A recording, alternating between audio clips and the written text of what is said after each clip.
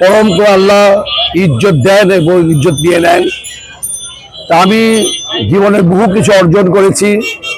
আমি জাতীয় পার্টির প্রেসিডেন্ট সদস্য, শীর্ষ 2-3 জন নেতার মধ্যে আমি, আল্লাহ এটা আমাকে দান করেছেন। আমি পৃথিবীতে একমাত্র মানুষ বাংলাদেশি পাসপোর্টে 193টি দেশ ভ্রমণ করেছি। কৈশোর বয়সে আমি 11টি বই লিখেছি। ঢাকা প্রথম বিভাগ ফুটবল লিগের খেলোয়াড় ছিলাম এবং আমার সেই 1944 সাল থেকে যখন আমি রাজনীতি শুরু করি তখন থেকে এই মানব কল্যাণ মানব সেবায় আমি অংশ নেই। কামরাঙ্গীর চর, শহীদনগর, ইসলামবাগ নিম্নাঞ্চল ছিল, তখন থেকে বন্যা দুর্গত মানুষের পাশে আমি দাঁড়াই এবং এই কামরাঙ্গীর চর ছিল নিম্নাঞ্চল, বন্যায় ডুবে যেত।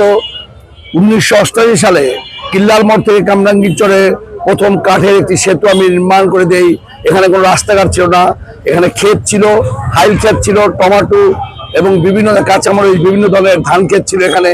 তো সেই সময় আমি এখানকার লোককে বলেছিলাম, এবং এই মাতবর বাজারে আমি একটি বিএনপির ক্লাব করেছিলাম, তখন আমি বিএনপি ঢাকা মহানগরের অর্গানাইজিং সেক্রেটারি ছিলাম।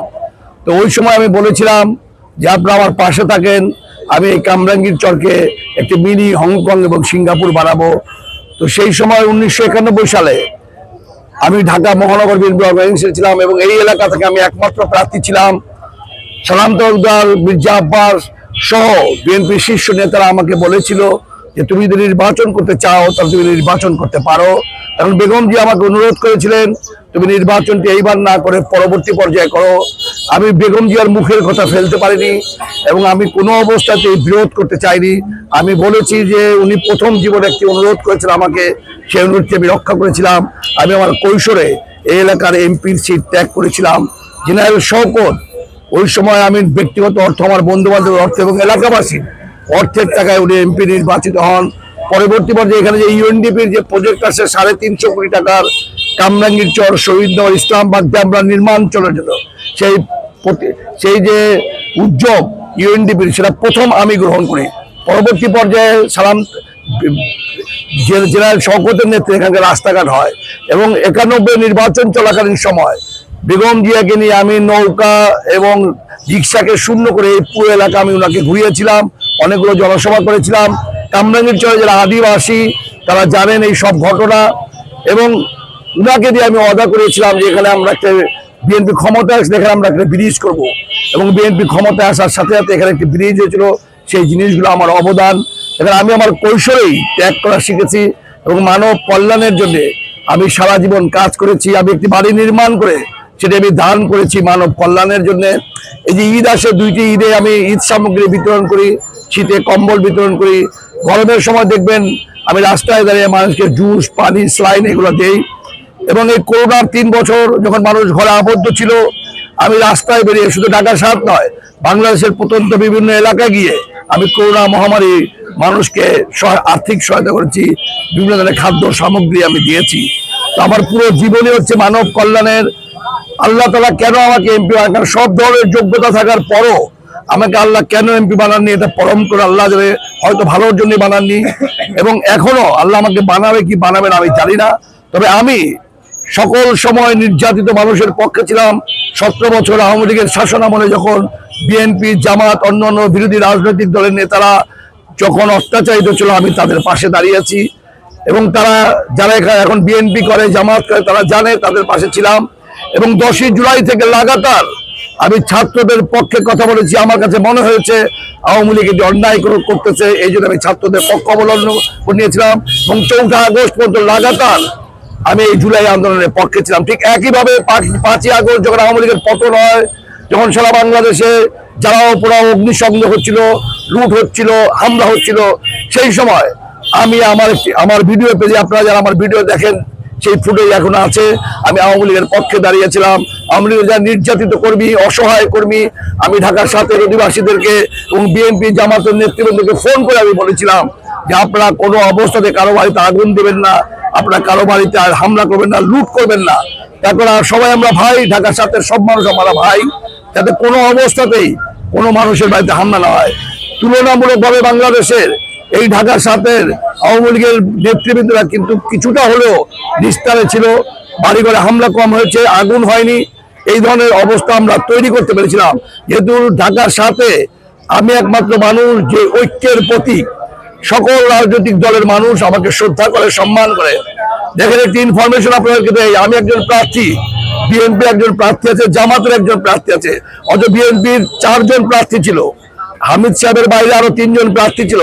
নাসিরউদ্দিন পিন্টুর ছোট ভাই মনিরকে আমি আহ্বান করেছি, তুমি নির্বাচন করো না, দলের মধ্যে বিভেদ করো না, তারা কিন্তু আরেকটি দল। যেহেতু তারা আমার ছোট ভাই, তারা আমাকে মানে। এই কামরাঙ্গীরচরের যে মনির চেয়ারম্যান, তাকে আমি বলেছি ফোন করে যে মনির তুমি নির্বাচন করো না, দলের বিরুদ্ধে যেও না। সেও আমার কথা শুনেছে। তারা কিন্তু আরেকটি দল, কিন্তু আমি মনে করি আমি সবার অভিভাবক, সব যে এখানকার যারা রাজনীতি করে তারা আমার ছোট ভাইয়ের মতো। সে অধিকার থেকে বলেছি। ইশাক সরকারকে আমি বলেছি যে তুমি নির্বাচন করো না, কিন্তু ইশাক সরকারের মনে অনেক কষ্ট, অনেক ক্ষোভ। এখন সে বুক কারা নির্যাতিত নেতা, তার পুরো পরিবার এই আন্দোলনের সময় আক্রান্ত হয়েছে, তার পরিবার ক্ষতিগ্রস্ত হয়েছে, কিন্তু দীর্ঘদিন বিএনপি তাকে কোনো পদ পদবি দেয়নি। এটা তার সাথে অন্যায় করা হয়েছে। সেই ক্ষোভ তার মধ্যে আছে যে বিএনপি তার খবরই নেয় না, তার কোনো খোঁজ খবর নেয়, তাকে এখন কোনো পদ দেয়নি। কেন ইশাক সরকার বারবার জন্ম নেয় না। ইশাক সরকার বিএনপির একটি এসেট। সে অনেক পোর খাওয়া, 100 না 200 তার বিরুদ্ধে মামলা। আমার এলাকায় সে বসবাস করে, তার পুরো পরিবার, তার ভাইয়েরা, বোনরা, তার পুরো এন্টার পরিবার এই 17 বছরের আওয়ামী লীগের শাসন ব্যবস্থা নির্যাতিত হয়েছে, কিন্তু বিএনপি সেই দিকে ভ্রুক্ষেপ করেনি। এই জন্য ইশাক সরকার দাঁড়িয়ে আছে। যে আমি এই কথাগুলো এই জন্য বললাম, আমার কাছে এমপি মন্ত্রী বড় কথা নয়, আমার কাছে হচ্ছে সকল মানুষের মানবতার সেবা করা, সকল মানুষকে ঐক্যবদ্ধ করা। আমি যারা আমার ভিডিও দেখবেন তাদের কাছে অনুরোধ করব, বিশেষ করে আওয়ামী লীগ ভাইরা এবং যারা নিরপেক্ষ মানুষ, আমাকে ভোট দিয়ে সুযোগ দেন। আমি মনে করি যে আমার যোগ্যতা থাকার পরও গত 35 বছর আগে যে এলাকা আমি এমপি হতে পারতাম, সেই এলাকা থেকে আমি এমপি হতে পারিনি। এবং জাতীয় পার্টির ভোট কম। আপনারা পার্টি দেখেন না, মার্কা দেখেন না, ব্যক্তি দেখেন। যে ব্যক্তি ভালো, সৎ, যোগ্য, ন্যাক বান্দা, সেই ধরনের একজন মানুষকে আপনারা ভোট দেন, যিনি সংসদে। আমি একজন জাতীয় নেতা, এই এলাকার আমি এমপি নির্বাচিত হলে আমি অবশ্যই, যেটা আন্তর্জাতিক ভাবে আমার পরিচিতি আছে, আমি সংসদে সাবলীল ভাবে কথা বলতে পারবো। এবং এলাকার যে গ্যাসের সমস্যা, পানির সমস্যা, বিদ্যুতের সমস্যা, এগুলো সমস্যা নিয়ে কিন্তু আমি প্রতিনিয়ত কথা বলি। তো এই জিনিসগুলো কিন্তু আমি দেখতে পারবো। যেহেতু আমি একজন শক্তিশালী এমপি হব, এলাকার মানুষের উন্নয়ন হবে, ঢাকার মানুষ উন্নয়ন হবে, বাংলাদেশের রাজনীতিতে একটা চেঞ্জ আসবে। আমার মতো মানুষ যদি সংসদে যায়, তখন পল্লীবন্ধু এরশাদ এবং জিএম কাদের বারবার বলে যে জাতির দুর্ভাগ্য তোমার মতো মানুষ সংসদ সদস্য পায় না। আমার জন্ম গ্রামে হতো, বিভিন্ন ডিস্ট্রিক্ট হতো, আমি 5 জায়গা থেকে এমপি হতাম। আমার কর্ম এটাই বলে। আমার যে জনপ্রিয়তা বিভিন্ন মানুষের কাছে, নিরপেক্ষভাবে মানুষ আমাকে পছন্দ করে, কিন্তু যেহেতু আমার পার্টির ভোট কম, সেই জন্য আমি এমপি নির্বাচিত হতে পারি না। এইবার আওয়ামী লীগের ভাইরা নিরপেক্ষ মানুষ এবং যারা মনে করেন আমি যোগ্য, সৎ, তারা যদি ভোট দেন, ইনশাল্লাহ আমার বিজয় কেউ ঠিক রাখতে পারবে না। আগামী দিনের নির্বাচন হোক সত্যের নির্বাচন, ন্যায় নির্বাচন, দুর্নীতির বিপক্ষে নির্বাচন, এবং চাঁদাবাজ, সন্ত্রাস এবং মবের বিরুদ্ধে নির্বাচন, এবং সংবিধানকে রক্ষা করার জন্য, ইসলামকে রক্ষা করার জন্য আমাদেরকে না ভোট দিতে হবে। না ভোট না দিলে এই সরকার যেগুলো লিখেছে, যেটা ভোটের সিরিয়াল, সেগুলো কিন্তু আসল না। 36-37 ইস্যু, বাকি ইস্যুগুলো কিন্তু দেশের সাথে সাংঘর্ষিক, সংবিধান থাকবে না। এই জন্য আমরা না ভোট দেব, এবং সবাইকে আমি বলবো আমাকে ভোট দিয়ে জয়যুক্ত করুন।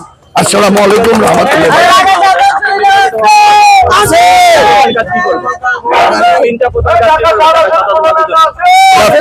প্রধান কাজের মধ্যে একটি কাজ হচ্ছে যে এখানে প্রতিনিয়ত সন্ত্রাস হয়, চাঁদাবাজি হয়। এই চাঁদাবাজির হাত থেকে আমি মুক্ত করব। এখানে বিভিন্ন জায়গায় ড্রেনেজের সমস্যা আছে, এই ড্রেনেজ গুলা আমি যাতে সমস্যাগুলো, সেখানে 54 বছরের সমস্যা, এই সমস্যার সমাধান আমি করব। আর একটা হচ্ছে গ্যাস বিল, পানির বিল, বিদ্যুৎ বিল প্রতিনিয়ত বাড়ানো হয়, গ্যাস পাওয়া যায় না। এই চ্যাপ্টার নিয়ে আমি কাজ করব। যেটা আমি একজন শক্তিশালী মানুষ হবো, তাহলে যে কোনো মন্ত্রণালয় আমার কথা শুনবে। সেই ক্ষেত্রে আমি গ্যাস, যেহেতু আমাদের রাষ্ট্রের একটি সমস্যা, সেই সমস্যার সমাধানের আমি চেষ্টা করবো ইনশাআল্লাহ। বর্তমানে কামরাঙ্গীরচরে তীব্র গ্যাস সংকট চলছে। কামরাঙ্গীরচরে শুধু 7 আসনে, ঢাকা 7 অনেক জায়গায়। এই ব্যাপারে আপনি কি বলতে চাচ্ছেন একটু বলেন। না, এই 7 আসনে যে সমস্যা, এখন তো সরকার নাই। কামরাঙ্গীরচরের সমস্যা, সরকার থাকলে, সরকার নেই, আপনি কার সাথে কথা বলবেন? উপদেষ্টারা উপদেষ্টারা ফোন করে, ফোন নিয়ে করে না। দেখেন আমি আরো প্রায় 36, 37 বা 38 বছর আগে আমি কামরাঙ্গীর চরের উন্নয়নের কাজ, আমি এখানে কাঠের ব্রিজের নির্মাণ করতেছি। এই রাস্তাগুলোর ইউএনডিপির প্রজেক্ট, সেটা কিন্তু আমি নিয়ে এসেছিলাম। তো আমি তো এমপি হওয়ার আগে আর 38 বছর আগে কামরাঙ্গীর চরকে উন্নয়নের স্বপ্ন দেখেছি। আমার স্বপ্নের ফসল আজকে কামরাঙ্গীর চর।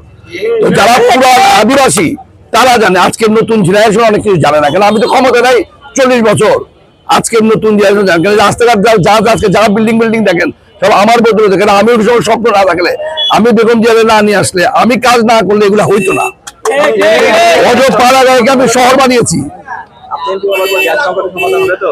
না, এটা রাষ্ট্রীয় সমস্যা। আমি মানুষের মিথ্যা আশ্বাস দিতে পারবো না, কিন্তু আমি চেষ্টা করবো যাতে সমাধান হয়। এগুলো বিল কমে।